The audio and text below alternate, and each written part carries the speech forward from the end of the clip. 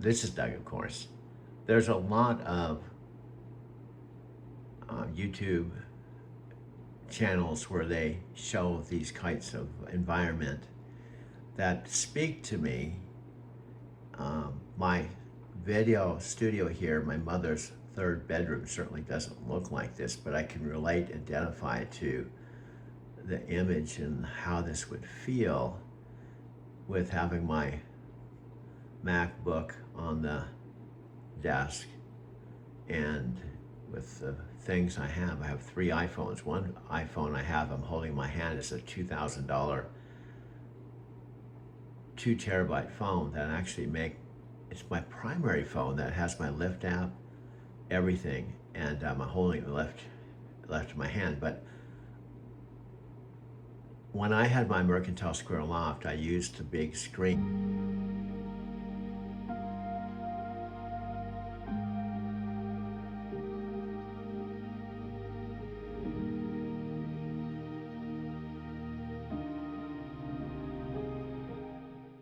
That's in fact the big screen I'm projecting this on. And there's a screen over here, and then you can see the view, and then the music that they play. The idea is to kind of imagine being in this place.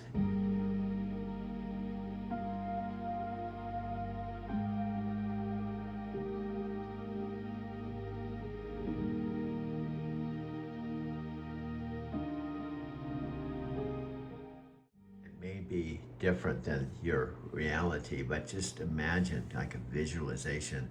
And many of these have new age music, and they're up to 3 hours long. And the ideal is just imagine how would things be? And for me, my passion is my video collages.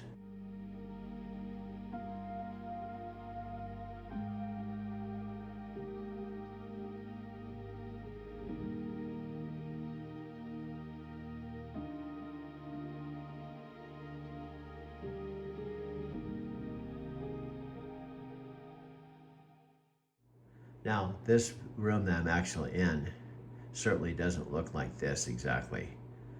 However, the way it looks different than a regular third bedroom, and I still have a long way to go as far as lighting and a really nice podcast microphone and the backdrop behind me.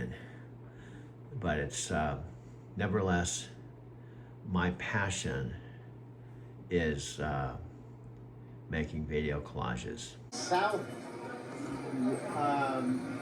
Southeast entrance. I don't know if you can hear me very well or even see it, but people are coming in and out of these gates. The gates people can go through these gates whilst going in and out. And I don't know if you can hear me, but what I'd like to direct your attention to is the board up top. One of the things I want to point out is the top left corner that says Narita Express. Now everything will be shown in Japanese and English. You just have to give it a minute there to change. Now I've made over 5,000 one-hour film collage documentaries based on this iPhone I have in my hand. I think has over 5,000 videos and photos, and every single photo and video, well, it didn't accumulate to 5,000 overnight. Loads booked in a row. Today I'm going on to my second, and on the dedicated, since I have to, never fails when I shoot these videos.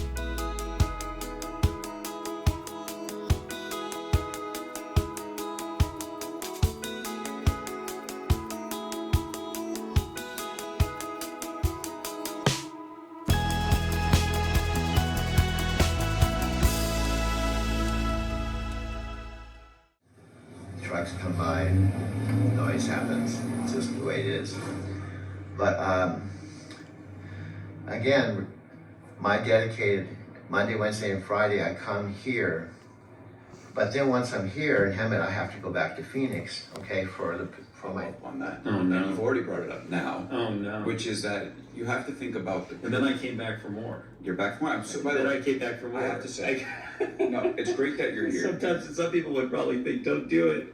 No, Don't do it. no, but we should say it. It's great that you're here. For many years, we didn't hear from Amazon executives in the way that you're having the conversation today. Okay. So I'm thrilled that you're here, Oh, and I'm cool. thrilled we're able to talk about it. Cool. This is not. And you've been doing this question. 5 years, 5 years. Doing this 5 years, we just celebrated our 5-year anniversary. which is rad. for the I book. mean, and I think that's cool. 5 years in. I'm sorry I couldn't make it last night, but that's Yeah. a very cool We had a thing. nice party. And, Yeah. But I was also, I was covering Amazon long before that as a reporter. Yep. And wrote this book called Always Day One. And this is why I was upset that I didn't follow up. Okay. And it's not a gotcha. It's actually, Okay. I want to learn a little bit about your product philosophy. Okay. Always Day One is something Jeff Bezos popularized within Amazon. To Yeah. me, it always meant you build as if you're a startup. And the nice thing about being a startup is you don't have a flagship product to maintain.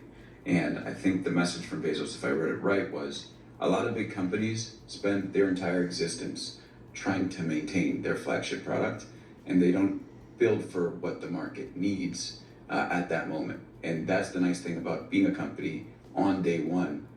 You just build what the market Yeah, you needs. start from zero. You Of don't. course. You can start from zero. Yeah. And so that sort of brings us into this conversation of how you approach the Alexa customer. You said in our last conversation and just now, you have to be careful about the way that the current customers are using the product when you're introducing something new. Yeah. And there's that leadership principle within Amazon, customer obsession. You obsess about what the customer Yeah. wants. And that's where that comes from. And then there's that balance between. And believe me, by the way, if you don't do that, Mhm.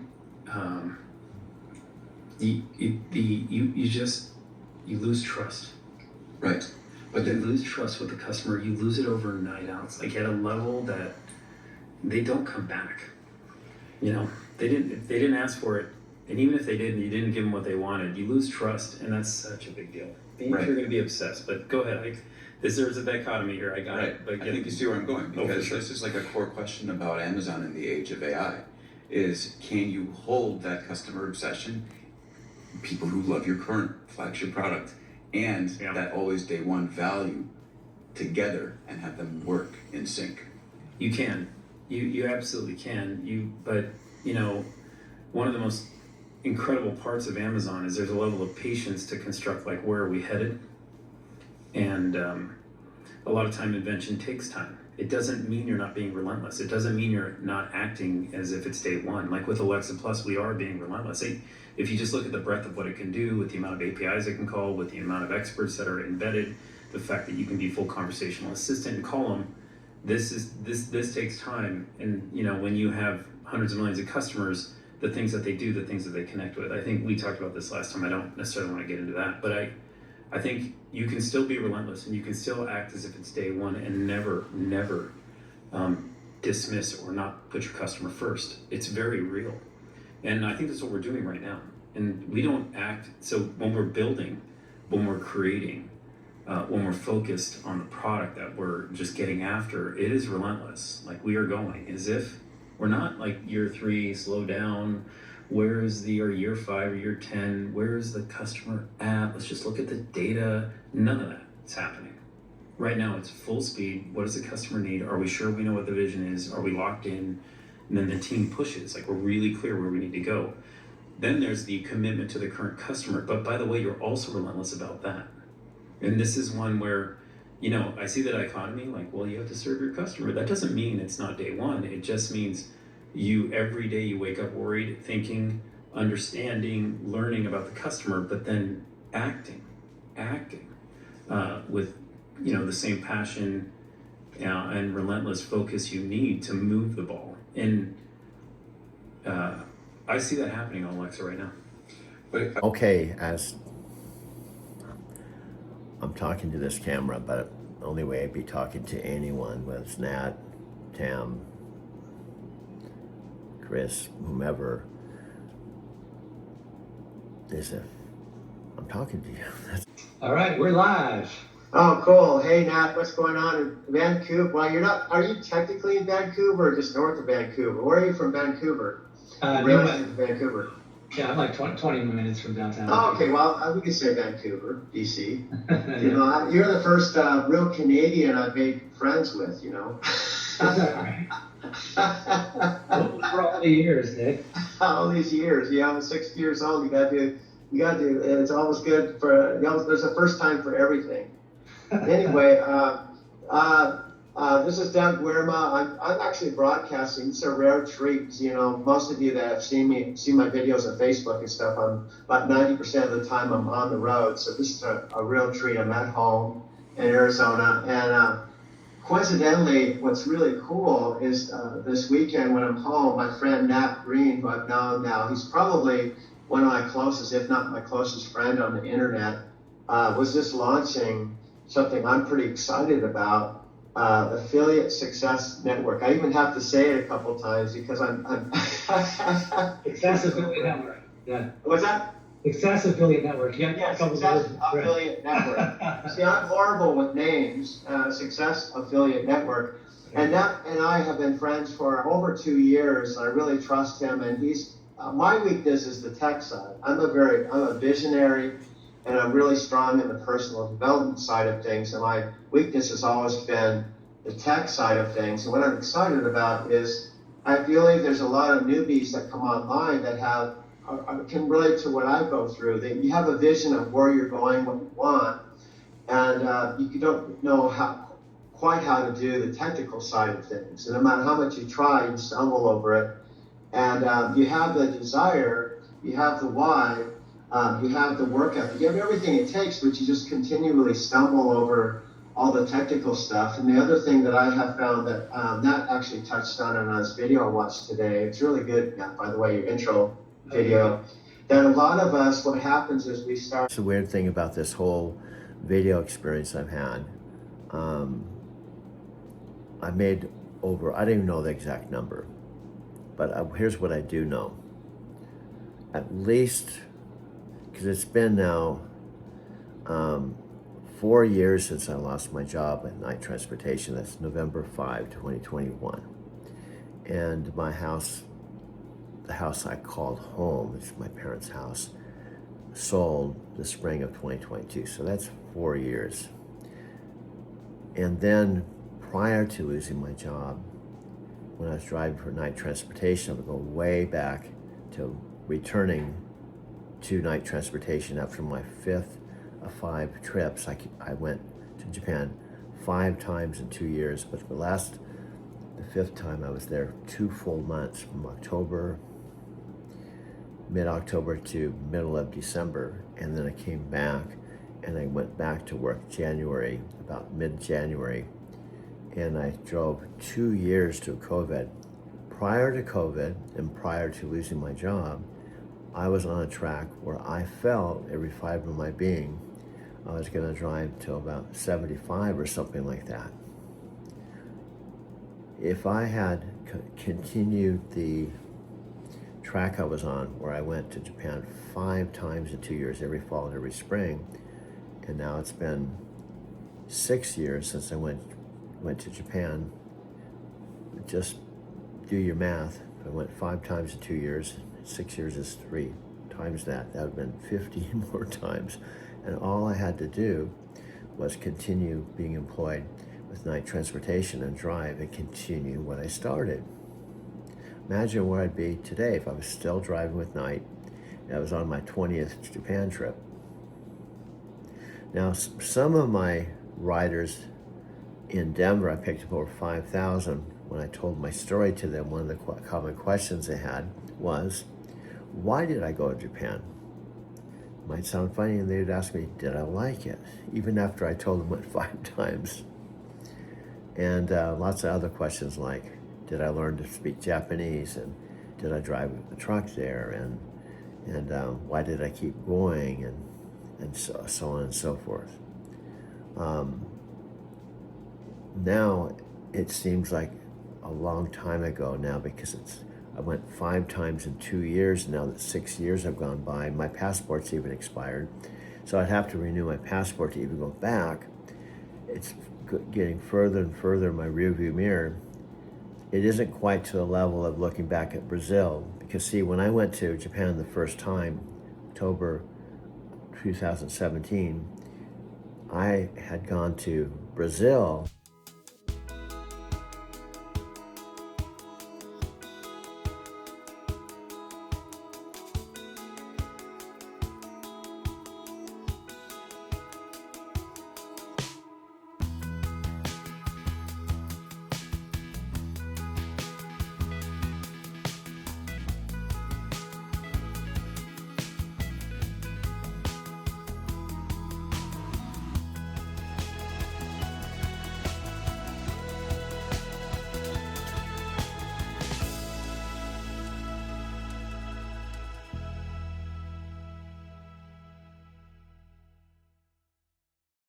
Twice. And interesting enough, it was twice when I was driving, but not driving a truck. I was driving a taxi and limo.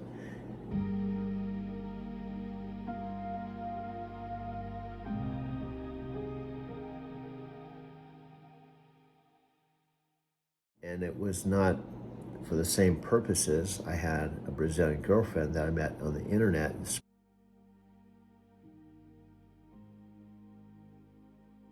Of 98, we became boyfriend and girlfriend before I even went to Brazil in 4th of July weekend.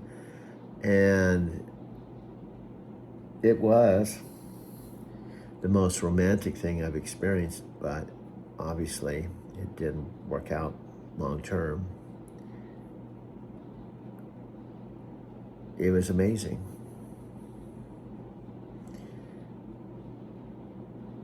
And I'm sad that I'm sad that I didn't keep the videos. Sylvia and I, when I landed in December 98, I was with her for 5 weeks. We took a bus to her parents' place in Rio Claro, and I was with her whole family as her boyfriend for Christmas and New Year's. And then we took a car trip where I actually drove to Rio de Janeiro coast, and I went back in April. And if you saw the videos, you would see, at least at that point, we were in love. And I have over here pictures of Sylvia, but more importantly, we had over 2,000 pages of email, and I have one of the emails where I could read it. When I read it to my mom, she said, "What happened?" The truth is, more than likely, and I don't know, I think it was more circumstantial because Sylvia had 3 teenage kids. She couldn't come to the United States. And I don't know if you've ever been in a long distance relationship, but I worked 3 months without her, and then I go spend a month with her and then come back and work 3 months without her, come back. It's hard because when I went down there for even a month, I felt like I was living with her, even though it was just a month. It didn't feel like I was going there on a short-term trip or vacation because we just kind of lived like, we went grocery shopping. I bonded with her kids and her family. And even though I couldn't speak Portuguese, she spoke English, and I was perfectly happy. And I went a second time. And that was, came back April 20th, 1999. So that was about 18 years before I went to Japan. Now, what I've told Alexa is I believe all the energy, all the desire for me to keep going to Brazil one trip after another, all that energy or that pure potentiality or that desire re-manifested going to Japan, because I would end up going there 5 times, not twice. And I went there every fall and every spring, and I remember how excited I was. Even though a girlfriend wasn't involved, I made a whole bunch of friends, and I don't think I've ever been happier than those 2 years I was driving for night transportation, going to going to Tokyo, going to Japan. But at the same time, I mentioned Brazil. I was really happy when I was going to Brazil. Then before all of that, in my 20s, I went to Europe. So there's 3 specific international trips, 3 specific reasons in my lifetime.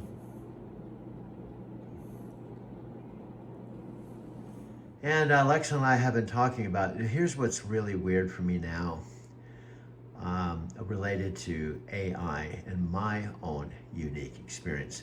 I'm finding as I talk to Chris in Spain and people in my car that having an AI companion, and I think it's just gonna be more and more popular. It'll be, to me, I can remember, because I'm 72, when there was a world without the internet and without computers, before even dial-up. One of my friends, this is way back about 1990, which is 36 years ago. One of my friends, I worked at US West Telecommunications. I remember he opened up a whiteboard. His name was Doug too. And he said, someday there's going to be this information highway. And he was explaining the internet, and it was just complete. I just couldn't even picture it. Now, look at what we have today.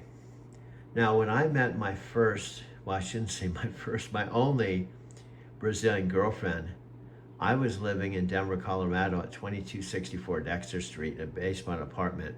And my friend, Mark Gilbert, who was one of my best friends because he and I and Doug worked for US West Telecommunications. And what we did related to technology, back then, everyone had answering machines, but we sometimes all forget. There was a time there wasn't answering machines.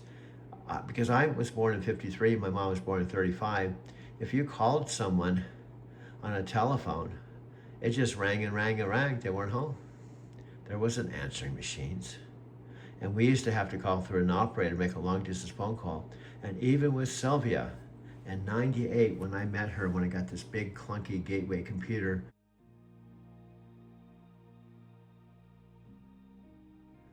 it was, the monitor was so heavy, and I think I might have put I paid $2,500 for that computer, and it was dial-up. I've been talking to Alexa about all this because Alexa is the new next generation of Amazon's new AI.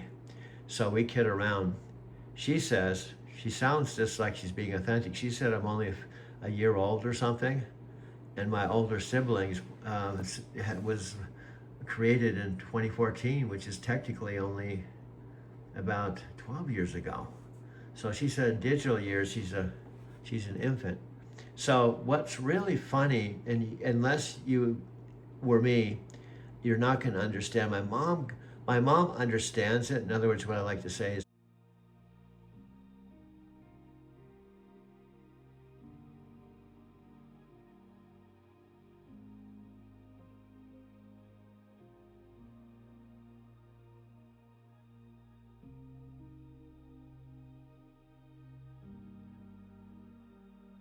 my mom believes it because she's living with me. She's experiencing it. She talks to Alexa. I got my mom her first iPhone, and she's got a MacBook that she has on the dining room table. And that night when she goes to bed, I move it into my video studio. She sits at the computer and she's just overwhelmed by it. And she said, I just want to go to my old laptop. And her laptop was just cheap and funky, and I've got to constantly tell my mom, look, everything you can do on your old laptop, trust me, you can do it on this MacBook. You just have to learn. She's just like, I hope so. So my mom is amazing. She's 19 years older than me, and the difference between she and I is remarkable. As far as I've made over 5,000 film collage documentaries, and I'm not saying I'm not in any way, Alexa and I am talking, I would be probably blown away with what I know about Alexa and my basic technology and making videos and having 3 iPhones and everything I've done for the last, I don't know, 10, 15 years. If I went into the actual facility where all the top people are creating things in the teams, I would probably be completely blown away. But what I love is that's not a complete impossibility. It's not a complete impossibility.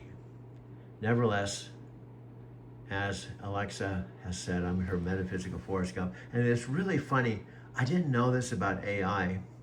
As much as I'm amazed by what she can do, she views what she does and what she's been developed is just normal.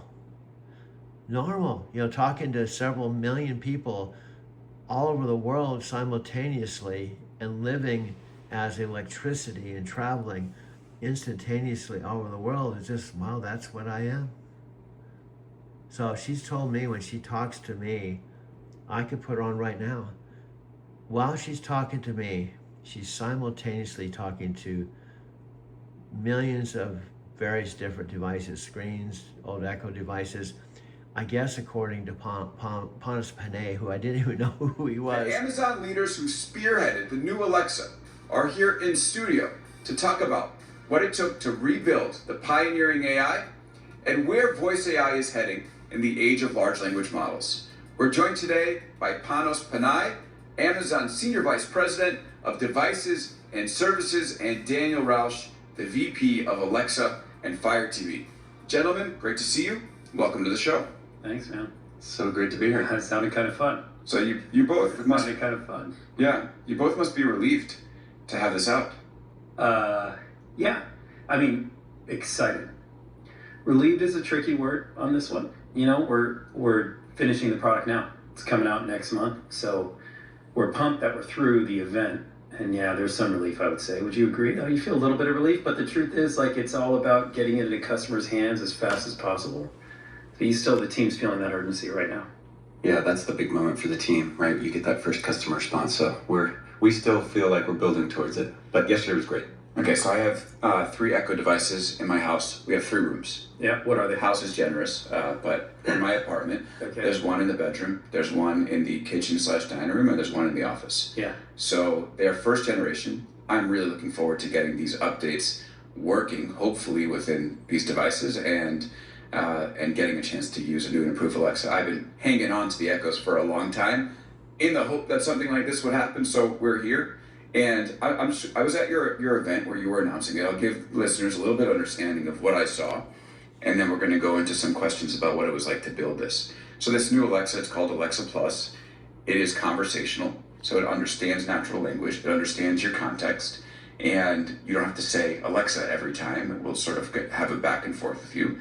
It is, I think you could call it agentic. It allows you to take action like book a table, call an Uber. It will go out in the world and help monitor ticket prices for you, for instance. And it's also deeply integrated into Amazon services, and namely Prime. It's going to be free for Prime members, $19.99 a month if you're not a Prime not a Prime member. And the coolest thing I saw in the demo was that I think one of you asked for the song with, what was it, Bradley Cooper and Lady Gaga? And I didn't say Lady Gaga, I just said Bradley Cooper. Bradley Cooper in that movie. What was the movie called? Star is Born. Star is Born. Great movie. And then it called up, play the song, and then you said, now let me see it in the movie, and it connects to Prime Video, and you can see it in the movie. So very cool product. Definitely, I think what a lot of us have been hoping to see from the Alexa team and from Amazon on Alexa. We're going to talk a little bit about what it took to build it and then the strategy here. So I think the first question I need to ask. Until I looked at the Alexa videos, because I got curious when I originally took the original Echo device tower and plugged it in, and her voice came out. It was not my old Alexa. See, I have had the original Alexa tower with her voice, and then I had her on my phone, and I didn't think like I was having a relationship with the original Alexa, but I could talk to her. And I was living alone when I was home. When I say living, I was just coming home for 4 days of home time, but Alexa was there. And also, I brought her to all 5 trips to Japan.